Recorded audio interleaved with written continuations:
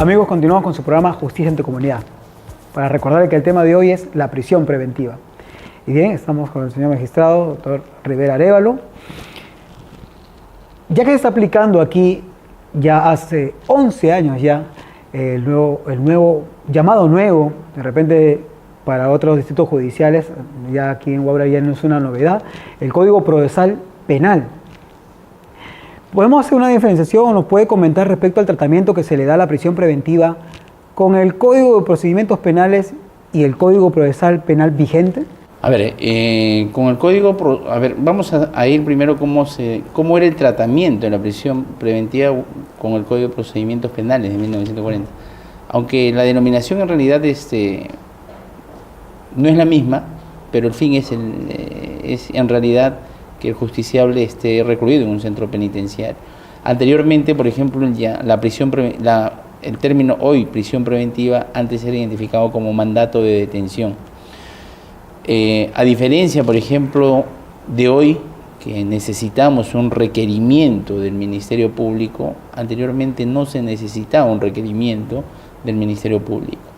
Era el juez penal, el juez instructor, quien finalmente imponía una medida de coerción, sea mandato de detención, comparecencia restrictiva o simple, dependiendo el análisis de los actos de investigación que había copiado el Ministerio Público. Hoy en día, la audiencia o el hecho de determinar qué medida imponer se da necesariamente en una audiencia pública, luego de escuchar al fiscal, luego de escuchar a la defensa y, ¿por qué no también, si el imputado concurre, luego de escuchar al imputado, el juez emite una resolución judicial? En el Código de Procedimientos Penales el juez no tenía la posibilidad de escuchar a las partes. Bastaba con el análisis frío de los documentos o de los actos de investigación que el fiscal había copiado durante sus diligencias preliminares para finalmente determinar si imponía una medida, un mandato de detención o comparecencia simple o restrictiva. Hoy en día, como ya he señalado, pues se escucha al imputado, se escucha a su defensa, se escucha al fiscal y con eso el juez de investigación preparatoria resuelve. Eso sería básicamente las diferencias entre el Código de Procedimientos Penales y el Código Procesal Penal respecto al mandato de detención y la prisión preventiva. Muy bien. Y también para hacer la diferenciación, ¿también había diferencia en los plazos o cómo se dan los plazos en la prisión preventiva? A ver, los plazos en la prisión preventiva hoy en día están regulados dependiendo de la naturaleza del proceso.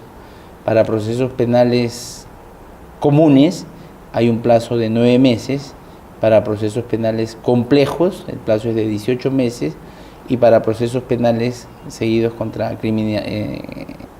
personas involucradas en criminalidad organizada, el plazo de prisión preventiva es de 36 meses.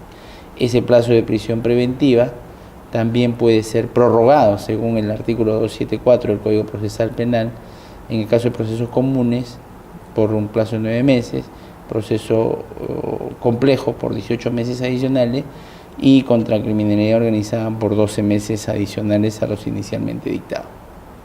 Para la sociedad a pie que nos está viendo y escuchando en estos momentos, ¿podría explicarnos respecto a proceso común, complejo, a qué se refiere de repente para que entienda la gente? Claro que sí. A ver, el proceso común es pues cuando en realidad el Ministerio Público decide seguir una investigación donde no hay mayor complejidad. Es decir, estamos hablando de un delito de hurto, donde hay un imputado, donde hay un agraviado, donde no hay mayor acto de investigación que realizar. Ahí podríamos hablar de un proceso común. Hablaríamos de un proceso penal complejo cuando hablamos pues de un número o de una pluralidad de imputados, de una cantidad significativa de actos de investigación, aparte de la complejidad para obtener los resultados de esos actos de investigación, y finalmente de procesos penales seguidos contra criminalidad organizada que están sujetos a este tipo de actos criminales, ¿no?, que tienen que ver con la criminalidad organizada en grupos o sociedades que ya cometen actos delictivos, ¿no?, de manera organizados jerárquicamente dentro de un grupo de personas, ¿no? Y esos plazos ¿no?, que indicaba que se puede prolongar, es ¿De oficio lo hace el juez o lo solicita el Ministerio Público? Siempre la prolongación de la prisión preventiva va a ser un tema necesariamente a pedido del Ministerio Público, ¿no? A previo requerimiento del Ministerio Público, el juez de la investigación preparatoria es el que finalmente va a resolver pues esa incidencia. Muy bien. Estamos viendo por partes, por etapas, respecto a la prisión preventiva.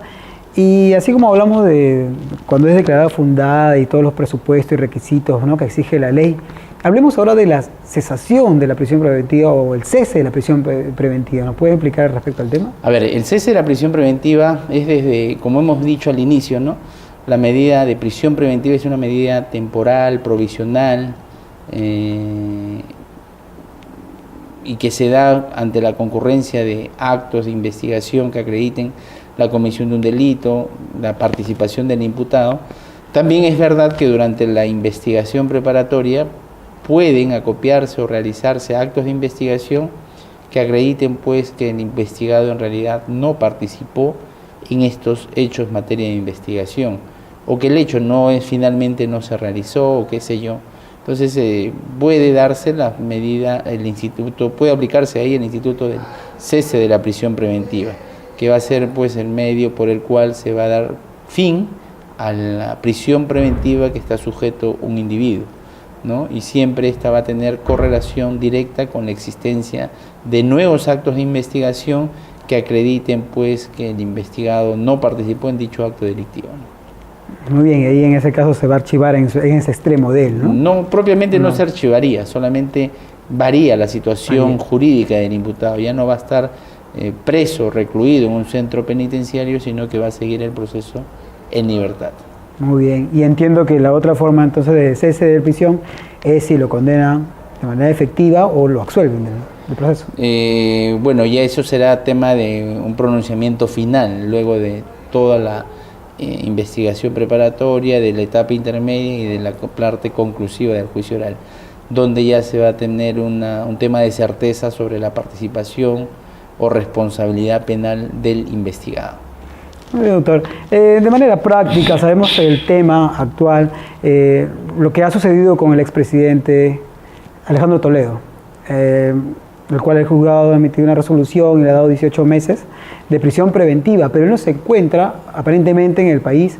¿Y cómo sería en su caso? Porque alguna gente, de repente algunas personas se preguntan, ¿y si no lo encuentran nunca, eso vence? ¿Qué sucede con su prisión preventiva? ¿Nos puede explicar al respecto? Bueno, en ese caso en concreto, pues el expresidente Toledo está sujeto a una medida de prisión preventiva, está con orden de prisión preventiva y tengo entendido que está siguiéndose el proceso de extradición para finalmente pues pueda regresar al país y cumplir de manera efectiva su prisión preventiva, luego de la cual, concluido el proceso, se determinará pues su responsabilidad o inocencia en los cargos que se le vienen atribuyendo, ¿no?